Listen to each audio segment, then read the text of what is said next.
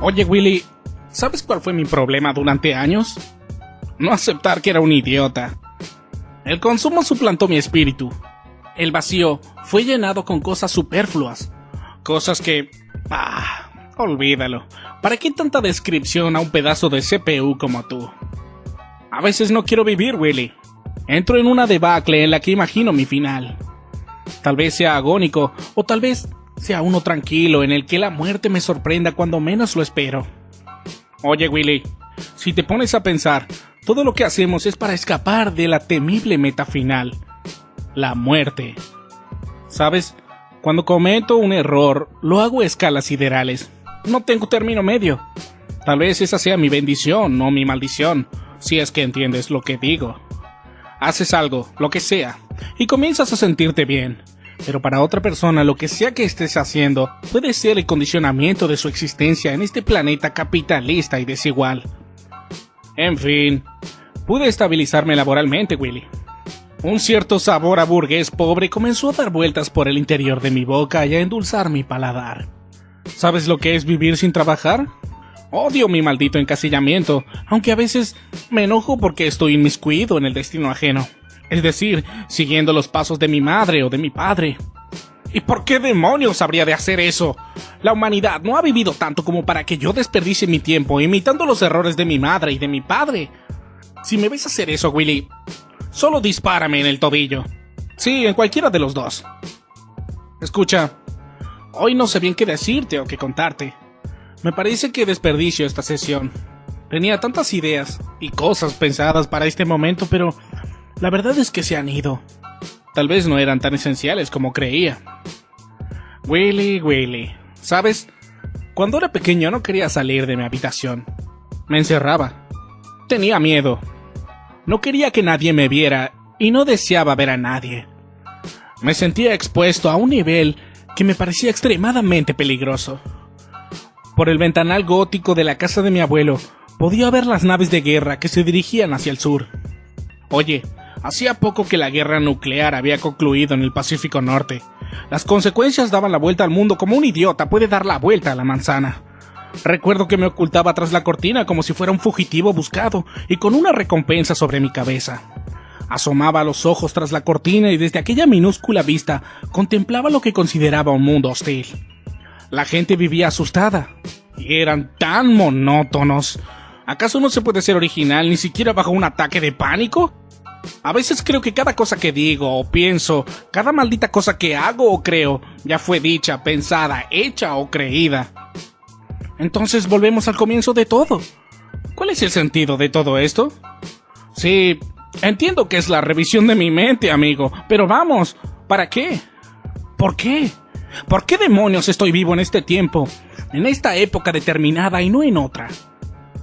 Supongo que desde la perspectiva de un esclavo egipcio arrastrando junto a miles de otros como él enormes bloques de piedra tallada para construir las pirámides, soy un tipo bastante afortunado. Pero cualquiera puede llamarse afortunado si se compara con un miserable o con un ser oprimido por la historia y el sistema económico. En fin, este divague sé que es solo una puerta de escape. Un escape para no encarar una verdad irrebatible. O si lo prefieres en términos de Foucault, un divague para escapar a la lucha de interpretaciones. Bien, lo que me sorprendió fue lo absurdo que puede llegar a ser todo en un determinado momento.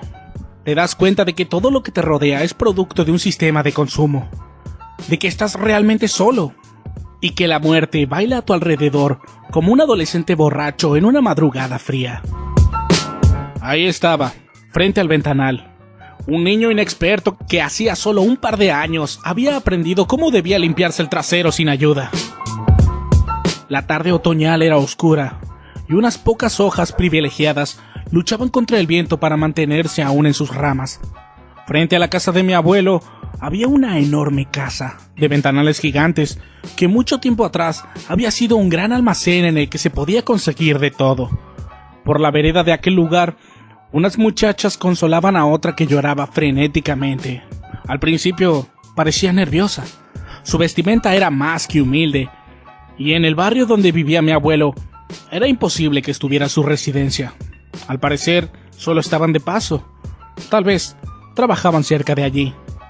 Al parecer, un grupo de 2 mujeres más jóvenes estaban logrando que la Llorona se calmara y recuperara el ritmo de respiración más pausado, cuando de pronto llegó una nave transporte de los paramilitares. Oye, a medida que fui creciendo y me fui enterando cosas sobre la guerra, pude enriquecer y variar lo que entendí de aquella maldita situación. Sí, era maldita, Willy. ¿Sabes por qué? Porque para mí fue solo un entretenimiento de una tarde otoñal nublada, pero para esas mujeres era toda su vida, su realidad, o su puta guerra de interpretaciones en lo más intenso del proceso. Los paracos salieron del vehículo en el que venían montados como jinetes del infierno y acorralaron a las mujeres como si fueran los criminales más peligrosos del mundo. Sin anunciarse, ni preguntarles nada, comenzaron a golpearlas hasta que cayeron al suelo, y cuando cayeron, comenzaron a patearlas como si su vida dependiera de ello. Imagínate mi cara, pedazo de chatarra subastado. Casi muero a causa de la mezcla de emociones que me atravesaron el pecho. ¿El resto de mi familia? Estaban tomando. Oye, mis adicciones no surgieron de un día para el otro. No es que los esté culpando, pero mi abuelita Sofía podía tomarse 60 litros de vino y parecer la viejita más linda y dulce de la ciudad, siempre y cuando no se cayera de la silla y no te acercaras a su rostro. Y así el resto de los que componían el maldito árbol familiar.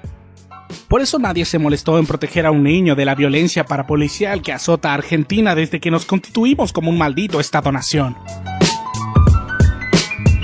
Los paracos la rodearon. Les preguntaron algunas cosas. Hubieras visto el rostro de las mujeres. Parecía que el significado de la palabra miedo se había hecho carne en esas pobres diablas. Las obligaron a ponerse contra la pared. Les separaron las piernas y comenzaron a tocarlas.